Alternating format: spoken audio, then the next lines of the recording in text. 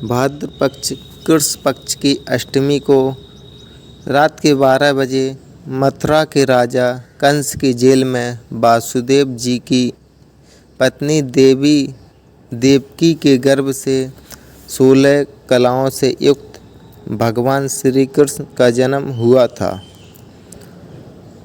इस तिथि को रोहिणी नक्षत्र का विशेष महात्म है। इस दिन देश के समस्त मंदिरों का श्रृंगार किया जाता है। कृष्ण अवतार के उपलक्ष्य में झांकियाँ सजाई जाती हैं। भगवान कृष्ण का श्रृंगार करके झूला सजाया जाता है। स्त्री पुरुष रात के 12 बजे तक व्रत रखते हैं। रात को 12 बजे शंख तथा घंटों की आवाज़ से श्री कृष्ण की जन्म की खबर चारों दिशाओं में गूंज उठती है। भगवान श्री कृष्ण की आरती उतारी जाती है और प्रसाद वितरण किया जाता है। प्रसाद ग्रहण कर व्रत को खोला जाता है। कथा द्वापर युग में पृथ्वी पर राक्षसों के अत्याचार बढ़ने लगे। पृथ्वी गाय का रूप धारण कर अपनी कथा सुनाने के लिए तथा उद्धार के लिए ब्रह्मा जी के पास गईं। ब्रह्मा जी सब देवताओं को साथ लेकर पृथ्वी को विष्णु के पास क्षीर सागर ले गए। उस समय भगवान विष्णु अनंत शैया पर शयन कर रहे थे। स्तुति करने पर भगवान की निद्रा भंग हो गई। भगवान ने ब्रह्मा एवं सब देवताओं को देखकर उनके आने का कारण पूछा तो पृथ्वी बोली, भगवान, मैं पाप के बोझ से दबी जा रही हूँ, मेरा उद्धार कीजिए। यह सुनकर विष्णु बोले, मैं ब्रज मंडल में वासुदेव की पत्नी देवकी गर्भ से जन्म लूँगा। तुम सब देवतागण ब्रज भूमि में जाकर यादव वंश में अपना शरीर धारण कर लो। इतना कहकर अंतर्ध्यान हो गए। इसके पश्चात देवता ब्रजमंडल में आकर यदुकुल में नंद यशोदा तथा गोप गोपियों के रूप में पैदा हुए। द्वापर युग के अंत में मथुरा में उग्रसेन राजा राज्य करता था। उग्रसेन के पुत्र का नाम कंस था। कंस ने उग्रसेन को बलपूर्वक सिंहासन से उतार कर जेल में डाल दिया और स्वयं राजा बन गया। कंस की बहन देवकी का विवाह यादव कुल में वासुदेव के साथ निश्चित हो गया।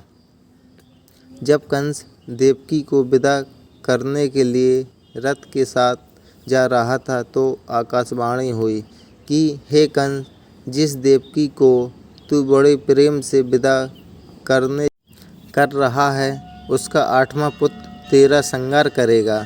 आकाशवाणी की बात सुनकर कंस क्रोध से भरकर देवकी को मारने को तैयार हो गया। उसने सोचा, ना देवकी होगी ना उसका पुत्र होगा। वासुदेव जी ने कंस को समझाया कि तुम्हें देवकी से तो कोई भय नहीं है। देवकी की 8वीं संतान मैं तुम्हें सौंप दूंगा। तुम्हारे समझ में जो आए उसके साथ वैसा ही व्यवहार करना। कंस ने वासुदेव जी की बात स्वीकार कर ली और वासुदेव देवकी को कारागार में बंद कर दिया। तत्काल नारद जी वहां पहुंचे और कंस से बोले कि यह कैसे पता चला कि 8वां गर्भ कौन सा होगा। गिनती प्रथम से या अंत गर्भ से शुरू होगा। कंस ने नारद जी के परामर्श पर देवकी के गर्भ से उत्पन्न होने वाले समस्त बालकों को मारने का निश्चय कर लिया। इस प्रकार एक एक करके कंस ने देवकी के 7 बालकों को निर्दयतापूर्वक मार डाला। भाद्र पक्ष के कृष्ण पक्ष की अष्टमी को रोहिणी नक्षत्र में श्री कृष्ण का जन्म हुआ।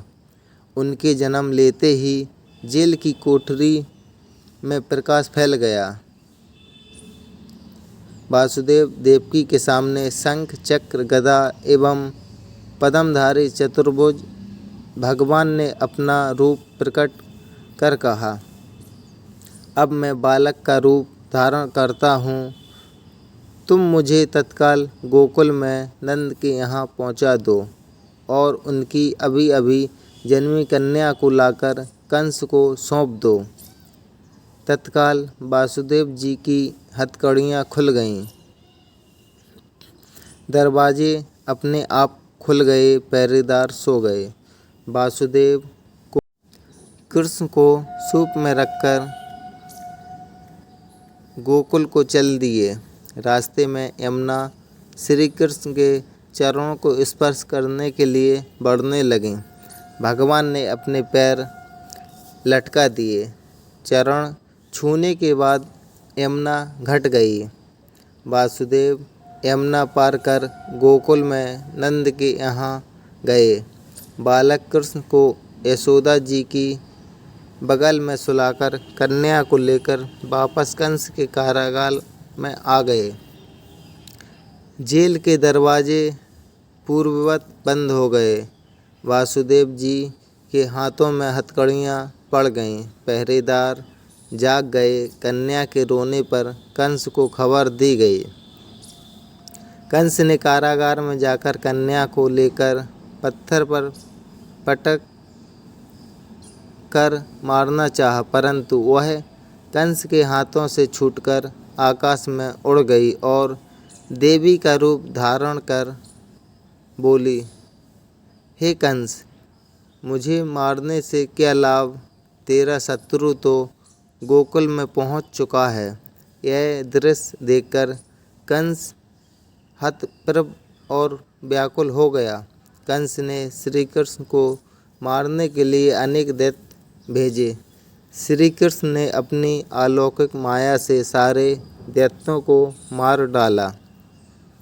बड़े होने पर कंस को मारकर उग्रसेन को राजगद्दी पर बैठाया। श्री कृष्ण की पुण्यतिथि को अभी से सारे देश में बड़े हर्षोल्लास से मनाया जाता है।